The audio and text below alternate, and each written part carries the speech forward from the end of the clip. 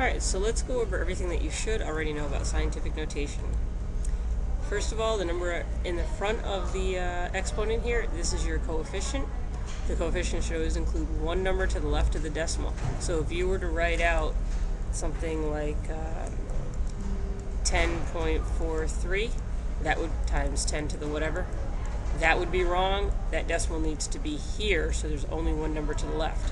If you were to write out 0.0043, that would be wrong because that decimal needs to be right here with one number, one number to the left. And then this obviously is our exponent. This is how many times we either multiply or divide something by 10. Okay, let's talk about taking numbers out of scientific notation and putting them into standard notation, which is basically just regular numbers. Now, whenever you have very large numbers, sometimes they don't even have to be that large. Like, for instance, you could put the number 5 into scientific notation if you wanted to. You could put the number 82 into scientific notation. Would you really need to? Not necessarily. Sometimes you learn in about a week or so why we might want to do that. But anyways, if you have a positive exponent, like none of these are negative. This is positive 1, positive 3, positive 8, positive 20. That means you're multiplying something by 10, by 10, by 10, and so forth. So over here, it says you're going to multiply 3 by 10 one times. So 3 times 10 is going to be 30. So that's pretty simple. Now the way you could go about doing that by jumping the decimal, which I'm sure you're already familiar with, is if there's no decimal, put it at the end of the number, and then move it over to the right one place because you're multiplying, so the number's going to get bigger, and then fill in a 0. So it's actually 30, and then you could put a decimal there. We'll talk about, like I said, in a week or so, whether or not you need that decimal. Over here, this is multiply 3 by 10 3 times. So 3 times 10 times 10 times 10. So 3 times 10 is 30, times 10 is 300, times 10 is 3,000. I could also figure that out by putting the decimal here and moving it over to the right 3 times. 1, 2, 3. Fill them all in with zeros, and there's your new number, 3,000. This one, 3 times 10 times 10 times 10 times 10 times 10 times 10. I hope I did it 8 times, but you get the idea. So I'm not going to go multiplying it and writing this all out. What I am going to do is put the decimal here and move it over to the right 8 times, because I know that positive exponents means I multiply, not divide, so the number will get bigger. And then I'll just fill them all in with zeros. And then 3 times 10 to the 20th. You can imagine what this one looks like. Just move the decimal point over 20 places, and then fill them all in with zeros, which I'm not going to do right now. Okay, very small numbers. So these are usually fractions here. Very small numbers. This is going to be dividing by 10, dividing by 10, dividing by 10. So every time you divide by 10, it gets 10 times smaller. Now we know it's going to be dealing with these very small numbers because we have negative exponents. Negative exponents means divide by 10. So this is 3 times 10 to the negative first. So it could really be written as 3 divided by 10, which you know is 0.3, 3/10. Now the way I could do this without thinking through all the math here is put your decimal where it normally goes, and then because it's a negative exponent we divide, the number is going to get smaller. So I move the decimal point that way when the number gets smaller. So it goes over here. So it's 0.3. This one is really 3 over 1,000, so 3 1,000ths. So I can put the decimal here and move it over 1, 2, 3 places. 0.003, which is 3 1,000ths.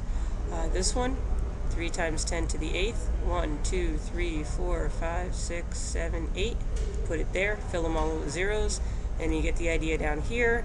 I'm going to move it over 20 times. So a big important thing here is anytime you see a negative exponent, you're going to divide, not multiply. And divide makes it smaller than whatever that coefficient is. Now let's put numbers into scientific notation. So I've got this big old number here. Some numbers are gigantic, like this one on the bottom. I don't want to type that into a calculator. I could mess up how many zeros I have. Plus it's tedious, so instead I'm going to put them into scientific notation. Numbers like these, there are reasons for putting them into scientific notation, and that may not be clear to you yet, but we'll learn that in about a week.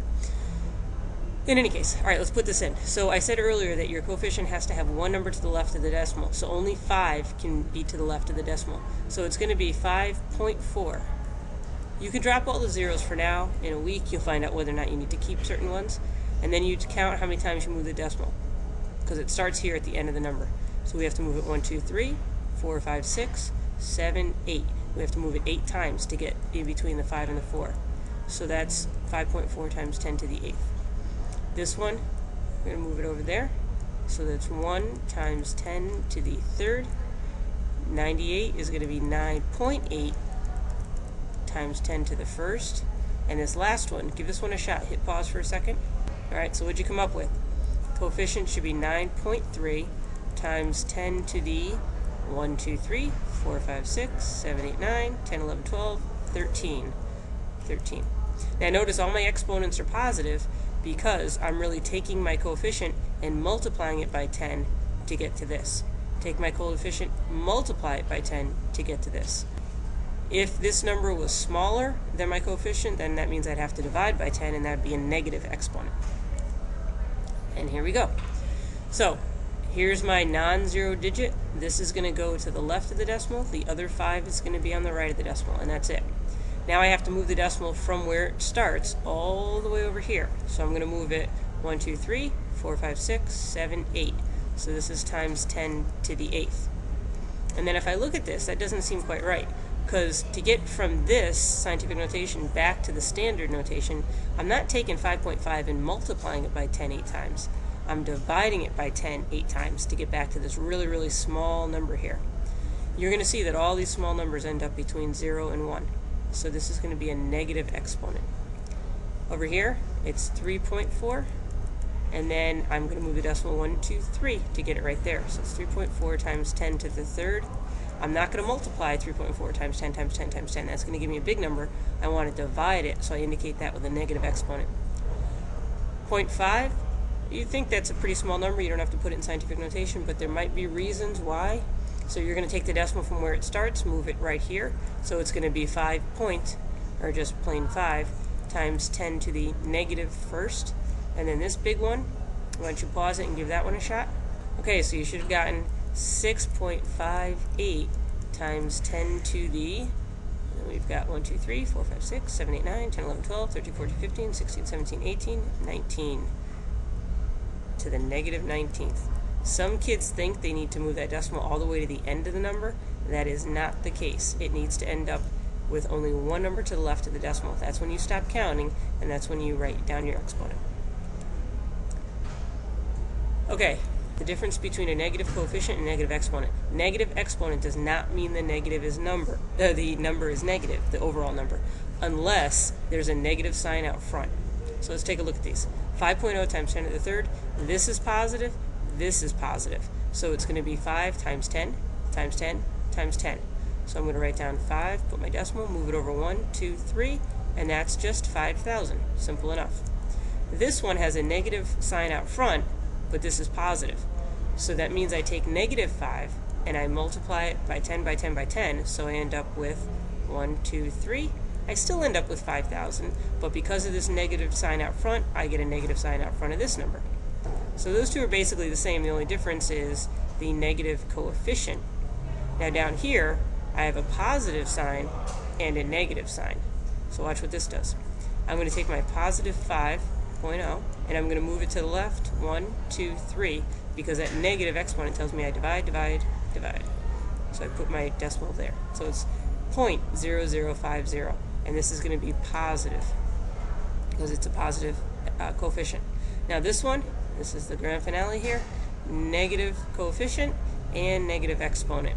So this means I'm going to have a negative 5.0 to start with. Then I have to move the decimal to the left to divide, because dividing is going to get it smaller.